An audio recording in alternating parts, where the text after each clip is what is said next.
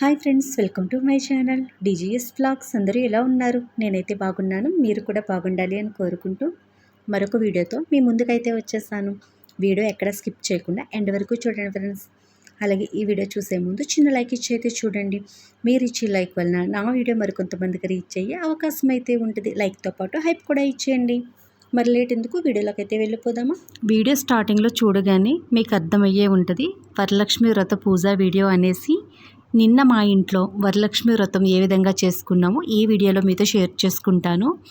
So ముందుగా పూజకు కావాల్సినవన్నీ కూడా ఇక్కడైతే సిద్ధం చేసుకుంటున్నామండి.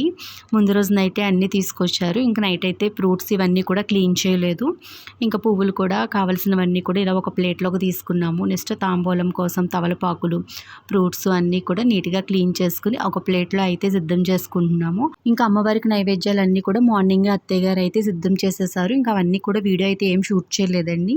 సో అలాగే ఇక్కడ పసుపు కనిపించడానికి పసుపుండ సిద్ధం చేసుకున్నాను. అలాగే తోరణాలు కట్టడానికి దారం పోగులు అయితే తీసుకున్నాము. అలాగే పోగు నూనెలు కూడా తీసుకుని ఒక ప్లేట్లో అయితే సిద్ధం చేసుకున్నాము. నెక్స్ట్ పూజా సామాగ్రి అన్నీ కూడా క్లీన్ చేసి ఒక ప్లేట్లోకి అయితే తీసుకున్నాము. ఇంకా నైవేద్యాలు చేసేటప్పుడు అంటే ప్రత్యేకంగా ఈ వీడియో అయితే ఏం షూట్ చేయలేదండి. సో ఇంక మార్నింగ్ అత్తయ్య గారు అయితే అన్నీ చేసి పెట్టేశారు. ఇంకైనా ప్రత్యేకంగా వీడియో షూట్ చేయడానికి ఏముంది, పరవాన్నం, పులిహోర, దద్దోజనం ఇవే కదా, ఇవి ఇంకా అందరికీ తెలిసినవే కదా. సో అన్నట్టుగా ఇంక నేనైతే వీడియో ఏం షూట్ చేయలేదండి. ఇంకా అత్తయ్య గారు అయితే ఇంకా ముందు రోజు నైటే కొన్ని శనగలు నానపెట్టారండి. ఎలాగా వాయన వేయడానికి ఉండాలి కదా, వాటితో పాటుగానే కొన్ని శనగలకైతే తాలింపు వేశారు. అలాగే ఇంకా పరవాన్నం, కొంచెం పులిహోర చేశారు, చలివిడి, వడపప్పు, కొంచెం దద్దోజనం అయితే చేశారండి. సో ఇంకా ఇవే చేశారు. ఇంక ఇవి అందరికీ తెలిసినవే కదా, ఇంకా ఇవి ప్రత్యేకించి వీడియో ఏం షూట్ చేస్తాంలే అన్నట్టుగా ఏం వీడియో షూట్ చేయలేదు. ఇంకా అత్తయ్య గారు చేసినవి నైవేద్యాలన్నీ కూడా ఇలా ఒక గిన్నెలోకి తీసి పక్కన పెట్టేశారు. ఇవన్నీ కూడా ఇప్పుడు అమ్మవారికి నైవేద్యం కింద సమర్పించడానికి చిన్న చిన్న బౌల్స్లోకి అయితే తీసి అవన్నీ అయితే నేను సిద్ధం చేస్తున్నాను. ఇక్కడ వచ్చేసి పంచామృతాలండి. సో మేము ఏ పెద్ద పూజ చేసుకున్నప్పటికీ కూడా ఇలా వినాయక చవితి, వరలక్ష్మి వ్రతం, పెద్ద శనివారాలు ఇలా ఏం చేసినప్పటికీ కూడా ఖచ్చితంగా మన ఇంట్లో చేసుకునే పంచామృతాలు ఉంటాయి కదా, ఆవు పాలు, ఆవు పెరుగు, ఆవు నెయ్యి, పంచదార ఇవన్నీ కలిపి చేస్తాం కదా. వాటితో పాటుగానే పంచామృతాలని ఎండు ఖర్జూరం, పటికి బెల్లం, నెక్స్ట్ ఎండు ద్రాక్ష, కిస్మిస్ ఇవన్నీ కలిపిస్తారండి. వాటిని కూడా పంచామృతాలే అంటారు. సో ఆ ప్యాకెట్ అయితే తెచ్చుకుంటే అన్ని రకాలు ఉంటాయి. వాటిని అయితే నైవేద్యం కింద అయితే పెడతామండి. సో ఇంకా అలాగే పూజకు కావాల్సినవి చూసారు కదా, వినాయకుడి బియ్యం, పసుపు వినాయకుడిని చేయడానికి పసుపుండలు, నైవేద్యాలు, దీపారాధనలు, నెక్స్ట్ పువ్వులు, ఇంకా తాంబూలాలు ఇవన్నీ కూడా ఈ విధంగా అయితే సిద్ధం చేసుకొని ఉంచుకున్నామండి. అలాగే ఇంకా అమ్మవారికి ఒక పీట వేసి పీట పైన పద్మం వేసి పసుపు కుంకాలు, అక్షంతులు అన్నీ వేసి దానిపైన ఒక బ్లౌజ్ పీస్ వేసి అప్పుడు అమ్మవారిని అయితే ఆ పీట పైన కూర్చోపెట్టాము. సో ఇంకా పూజ స్టార్ట్ చేయాలంటే ముందుగా మనకి గణపతి పూజ ఎంత ఇంపార్టెంటో వరలక్ష్మి వ్రతానికి తోరణాలు కూడా అంతే ఇంపార్టెంట్ కదా. సో ఇంకా తోరణాలు కట్టేటప్పుడు వీడియో అయితే ఏం షూట్ చేయలేదండి, అప్పటికే లేట్ అయిపోతుంది. నాకు వీడియో షూట్ చేసే వాళ్ళు కూడా ఎవరూ లేరు. అందువలన తోరణాలు అయితే కట్టేసిన తర్వాత మీకు ఇక్కడ తోరణాలు చూపిస్తున్నాను. ఈ తోరణాలు కూడా ఒక్కొక్కరు ఒక్కొక్క విధంగా కడతారు. అంటే తోరణాలకు కూడా ఆనవాయితీలు, పద్ధతులు ఉంటాయేమోనండి, నాకైతే తెలియదు. కానీ మేమైతే వరలక్ష్మి వ్రతానికి 9 పేటల దారం తీసుకుంటామా, 9 ముళ్ళు వేస్తాము. ప్రతి ముడికి అటొక్క పువ్వు ఇటొక్క పువ్వు అంటే 18 పువ్వులు పెట్టి తోరణం అయితే కట్టుకుంటామండి. ఇదే తోరణము సేమ్ ఇదే విధంగా కట్టేవాళ్ళు ఉంటారు. కొద్దిమంది అయితే 9 పేటల దారం తీస్తారు, సేమ్ ఇదే విధంగా 9 ముళ్ళు వచ్చేలాగే కడతారు. కానీ ముడికి అటొక్క పువ్వు ఇటొక్క పువ్వు పెట్టరండి, సింగిల్ పువ్వు పెట్టుకుంటారంటే అన్నీ 9 ముళ్ళు, 9 పేటల దారము, 9 పూలు పెట్టయితే కడతారు. అలా ఎవరికి నచ్చినట్టుగా వాళ్ళైతే తోరణాలు కట్టుకుంటారండి. వీటికి కూడా ఆనవాయితీలు ఉంటాయేమో నాకు తెలియదు, కానీ మేమైతే ఈ విధంగా కట్టుకుంటాము. సో గణపతి పూజ అయితే అయిపోయిందండి. వీడియో అయితే ఏం షూట్ చేయలేదు. ఇంకా లక్ష్మీ అమ్మవారి పూజకి రూపులు అయితే శుద్ధి చేయాలి కదా. సో అత్తయ్య గారి రూపు అండి ఇది. అత్తయ్య గారు ఫస్ట్ వరలక్ష్మి వ్రతం చేసుకున్నప్పుడు వాళ్ళ అత్తయ్య గారు కొనిచ్చిన రూపు అంట. ఈ రూపు పైన లక్ష్మీ అమ్మవారి రూపం అయితే ఉండదండి. శివపార్వతులు కానీ సీతారాములు కానీ ఎవరు అన్నది తెలియదు కదా, అంత క్లారిటీగా లేదు. ఆ ఫొటోస్ అయితే ఉంటాయి. సో ఇప్పుడు మనం కొనుక్కునే రూపుల పైన లక్ష్మీ అమ్మవారు ఇరువైపులా గజరాజులతో ఉన్న ముద్ర అయితే ఉన్న రూపులు అయితే మనం తీసుకుంటున్నామండి. మరి అప్పట్లో రూపులు అంటే ఇలాగే ఉండేవేమో తెలీదు. ఎప్పుడో చాలా సంవత్సరాల క్రితం వాళ్ళ అత్తయ్య గారు వాళ్ళంటే మా అత్తయ్య గారు పెళ్ళైనప్పుడు ఫస్ట్ వరలక్ష్మి వ్రతం చేసుకున్నప్పుడు కొనిచ్చిన రూపంటండి. అప్పటినుంచి ఇప్పటి వరకు కూడా ఇదే రూపు వరలక్ష్మి వ్రతానికి అత్తయ్య గారు పూజలు అయితే పెట్టుకుంటారు. ఎన్ని సంవత్సరాల నుంచోనండి. మా అత్తయ్య గారే కాదు, మా అత్తయ్య గారితో పాటు ఇంకా ఇద్దరు తోటికోడళ్ళు ఉన్నారు. వీళ్ళు మొత్తం ముగ్గురికి కూడా పెళ్ళైనప్పుడు ఫస్ట్ అమ్మమ్మ గారు కొనిచ్చిన రూపులేనండి. ఇప్పటి వరకు కూడా అవే రూపులకి ఇలా ప్రతి సంవత్సరం పంచామృతాలతో, ఆవు పాలతో శుద్ధి చేసి ఆ రూపుల్ని పూజలో అయితే పెట్టుకుంటారండి. సో, ఇంక అప్పటి నుంచి ఇప్పటి వరకు కూడా అదే కొనసాగిస్తున్నారు కానీ కొత్త రూపులైతే కొనుక్కునేవారు కాదు. సో, నాకు పెళ్ళైన కొత్తలో వరలక్ష్మి వ్రతం చేసుకోవడానికి కుదరలేదు. తర్వాత సంవత్సరం చేసుకోకూడదన్నారు.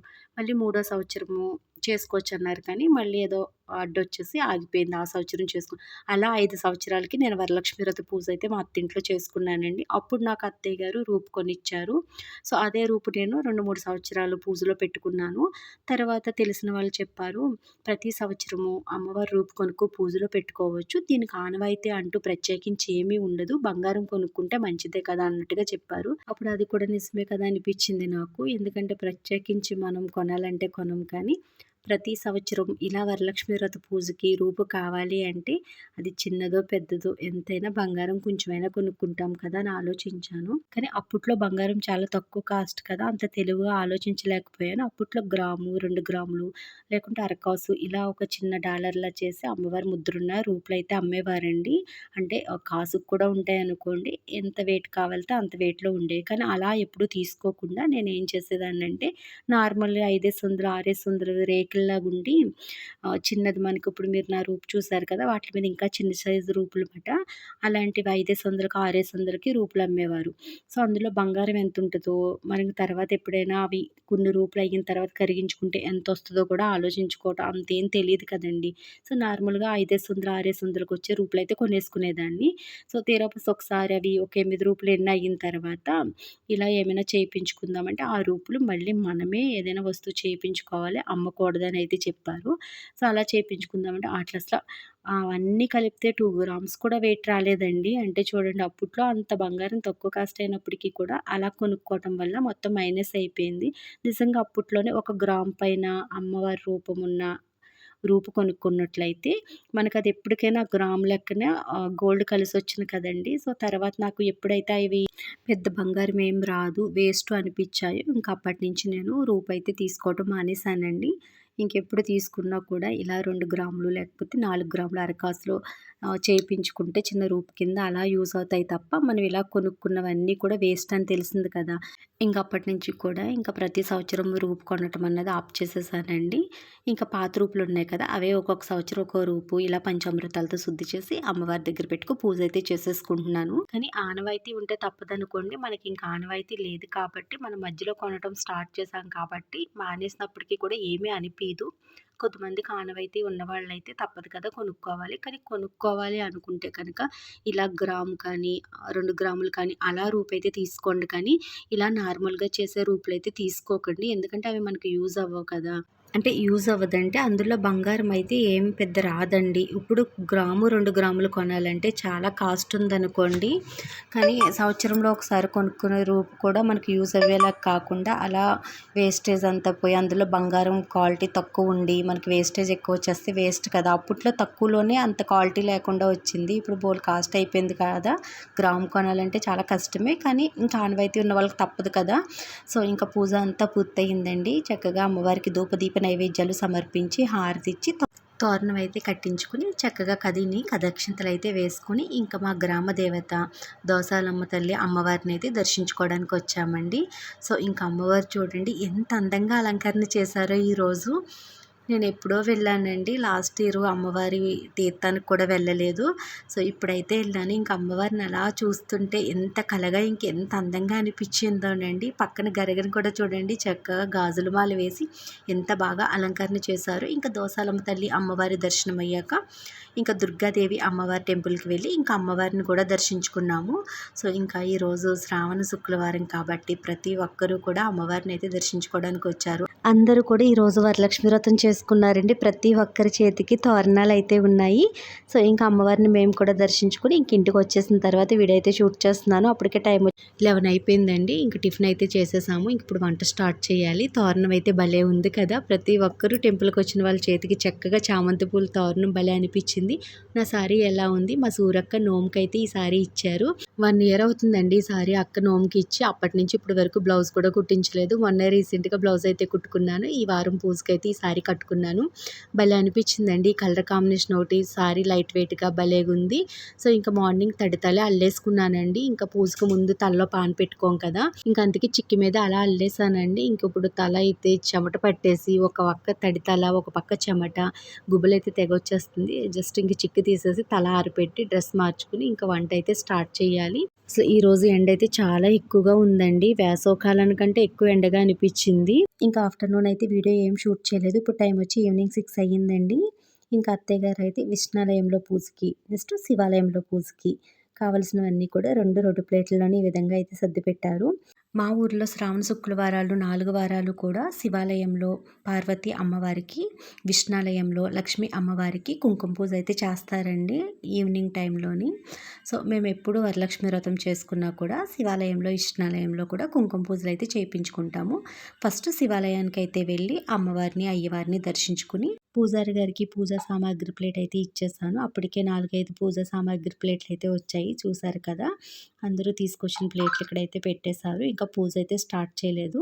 ఇంక ఈలోపు ఇంటికొచ్చేసి విష్ణాలయానికి కూడా ఎళ్లి అక్కడికి కూడా ఆ పూజా సామాగ్రి ప్లేట్ అయితే ఇచ్చేసి ఇంటికైతే వచ్చేసానండి. 2 గుళ్ళోని కూడా ఒకేసారి పూజ అయితే స్టార్ట్ చేస్తారు.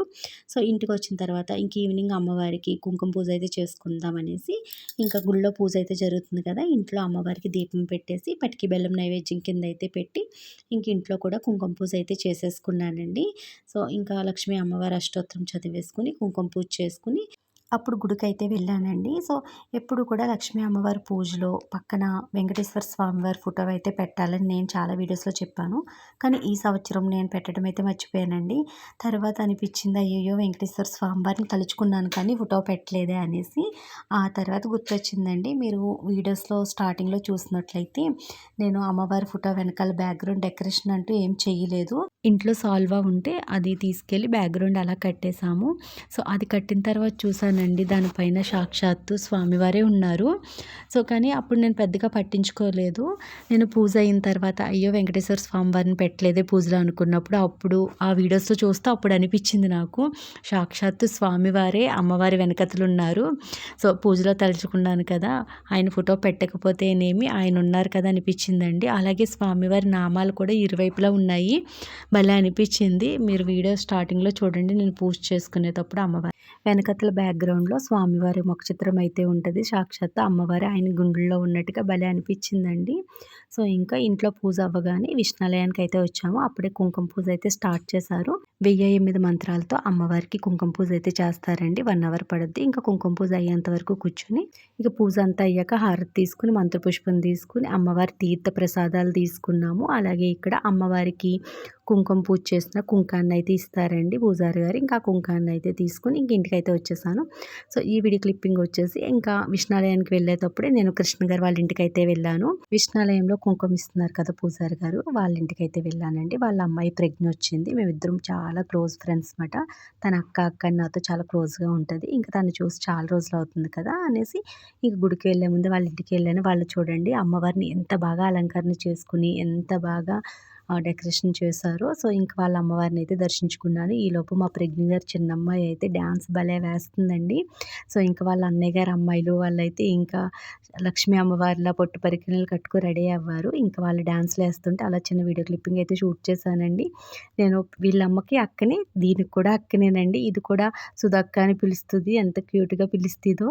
సో, నేను వీడియోస్ షూట్ చేస్తున్నానని తెలియక డాన్స్ అయితే భలే వేసిందండి. తర్వాత నేను వీడియో షూట్ చేస్తున్నాను. షార్ట్ వీడియో పెడతాను డాన్స్ ఇయ్యంటే. అస్సలు వేయలేదండి. ఇప్పుడేమో ఎంత క్యూట్‌గా వేస్తుందో కదా! భలే అనిపిచ్చి వీడియో షూట్ చేద్దామంటే మొత్తం వేసేది కూడా ఆఫ్ చేసేసింది.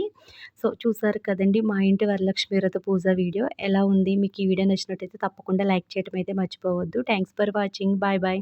రేపటి వీడియోలో మళ్ళీ కలుస్తాను.